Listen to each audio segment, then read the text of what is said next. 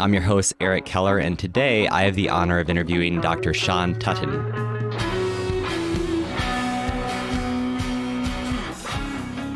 Well, let's walk through it, maybe starting with some definitions, because I think, first and foremost, getting into the word palliative care, I think palliative care and hospice gets kind of mixed together and used interchangeably. So maybe we can start with, what is palliative care versus hospice versus futility versus like a palliative care physician. Like, I think it gets to be a little word soup that maybe interventional radiologists aren't necessarily comfortable with.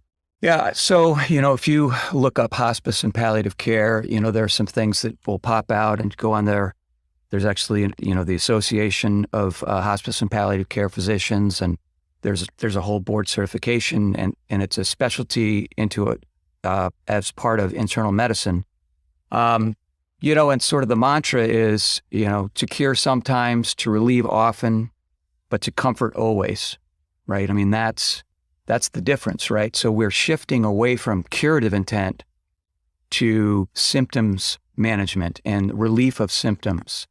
And, so control of pain, trying to strive for the best quality of life for the patient. These are the things that palliative care physicians think about. So palliative care has that goal in mind. And so they're connected in the sense that often patients that benefit from palliative care who may have a terminal disease or a chronic disease, at some point in the trajectory of their disease are going to become candidates for hospice.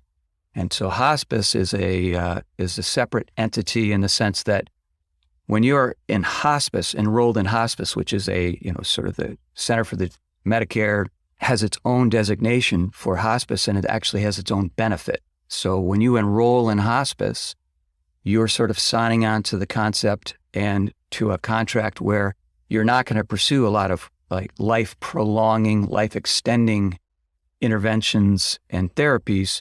You're really now focusing on symptoms management, and there's this general acknowledgement that you've got 6 months or less to live. Mm-hmm. And so you enter into the hospice, benefit, which is separately paid for, and that has some benefits because there's more benefits, there's more support, there's home care, the palliative medicines that we use, the opioids and some of the other expensive therapies for relief of symptoms, those are covered by hospice. And so that's the good part of the hospice benefit. The difficult part is that if you as an interventionalist say, I want to do a celiac plexus block or a neurolysis, or I want to do this really valuable pain relieving procedure, sometimes the patient has to actually go off of hospice so that they can have that intervention and then re-enroll. So there's some rules around this that I think are actually a little complicated and get in the way sometimes of patients, overall well-being. Hopefully I explained that well enough. The thing that's a challenge is when you see a patient in the clinic as an interventionalist and you're talking about maybe referring them to palliative care so that they can have optimal symptoms management, you say palliative care, they hear hospice. I was just about to bring that up, actually. I think even on the physician side, sometimes. I think that, absolutely. You get this referral and you say, hey, I think that this is someone that would really benefit from getting palliative care involved. And, sometimes what interventionalists hear is, oh, we're giving up or whatnot. Whereas I almost think that palliative care should be part of every tumor board in a way, right? I mean, it should be part of that conversation, but. Yeah, and I think they are in some areas. At MCW and at UCSD, they don't routinely participate in the tumor boards, but I agree with you. I think they should. They tend to be a service that's stretched pretty thin. Yeah. At UCSD, Anthony Tadros, who's one of my partners, who's actually one of my fellows at MCW, super guy. He, on his own initiative, even before I arrived, started a weekly conference with palliative care. And so just, one of the things that you realize is that they are such a great resource for us as interventionalists and as people that are part of the cancer center, and that they're that neutral party that really is focused on the quality of life of the patient and really advocating for the patient's best interests. And we as the surgeons, the medical oncologists, the surgical oncologists, and interventional radiologists or oncologists, we're trying to come up with the best plan for the patient, but in a way, the palliative care doc can be this great sort of broker sometimes to say, well, hold on here. Maybe something less invasive would be better for this patient who only has 3 months to live. Yep. Well, it's like the 10,000 foot view in a way sometimes. Kind of saying, what really matters here? Where are the goals? One of my favorite things I learned from palliative care was a saying, goals before holes, which came up on Twitter recently. And I'd forgotten about that, but I think that kind of says it well, maybe from the IR side, right? Is that, what are the goals here? So no, I actually have never heard that before. I think that's awesome. I am stealing that. That's going on my Twitter feed for sure. Well, maybe that could be the title for the episode, right? One of the things that's interesting when you look at, you were sort of talking about, how palliative care physicians think and definitions. I was preparing a talk for interventionalists on palliative care, palliative interventional. Actually, Sarah White and I sort of shared this talk.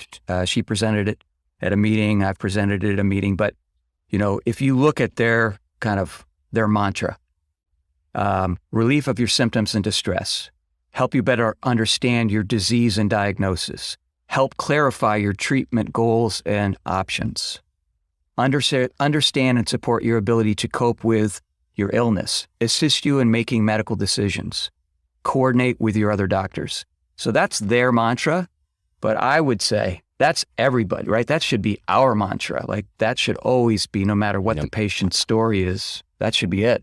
So maybe we should talk about that then. Maybe let's talk about the average IR out there, not the person that's going to get double board certified in palliative care and hospice.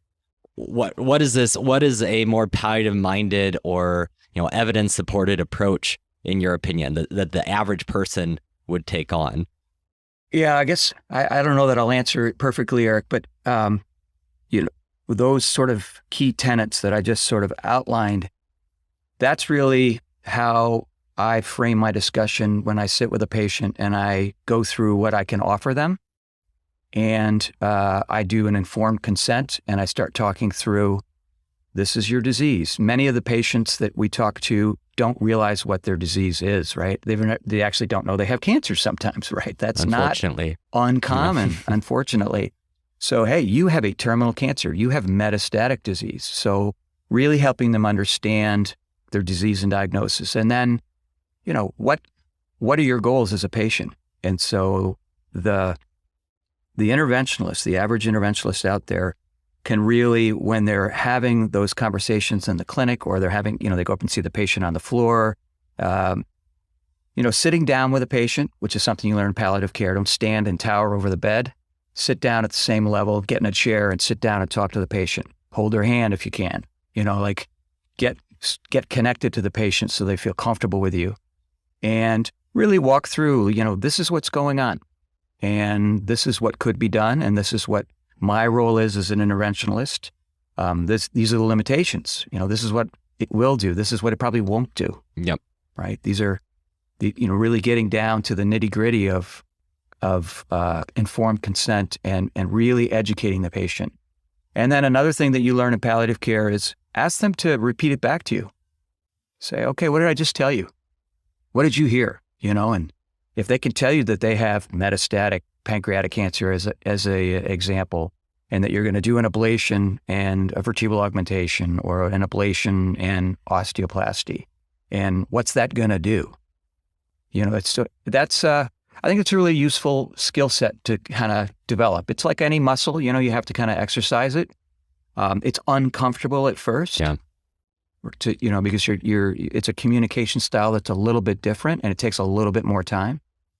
But I guess that's my recommendation. I don't know if I hit your question right. No, I think that's great. I just think that your average listener is sometimes looking like what's something practical that I can do right now, and I think even just that, right? Like you're meeting this person for Y90 radioembolization, third biliary drain, whatever it is, right? And that going in, sitting down at their level, establishing that rapport, laying it out as you were saying, not kind of like skirting around the issue sometimes, like being afraid to say, this is terminal cancer, right? Metastatic terminal cancer, and then assessing that understanding. I mean, hopefully, I would hope that's something that someone would do for me, if it was my physician. So hopefully something that we can all do in interventional radiology. Maybe something that we should teach more. I mean, I'm sure you teach your fellows that, but I'm not sure that's common across all of interventional radiology.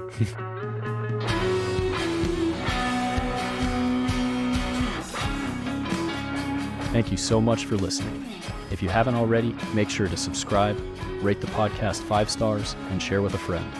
If you have any questions or comments, direct message us at _BackTableMSK on Instagram, Twitter, or LinkedIn. BackTable is produced and hosted by myself, Jacob Fleming, and co-hosts Michael Barraza and Chris Beck. Our audio team is led by Kieran Gannon, with support from Josh McWhirter, Aaron Bowles, Nick Shellcross, and Ness Smith-Savadoff. Design and digital marketing led by Brian Schmitz. Social media and show notes written by Marvi Espiritu and Ann Dang. Administrative support provided by Junwood Kennebrew. Thanks again, and see you next time.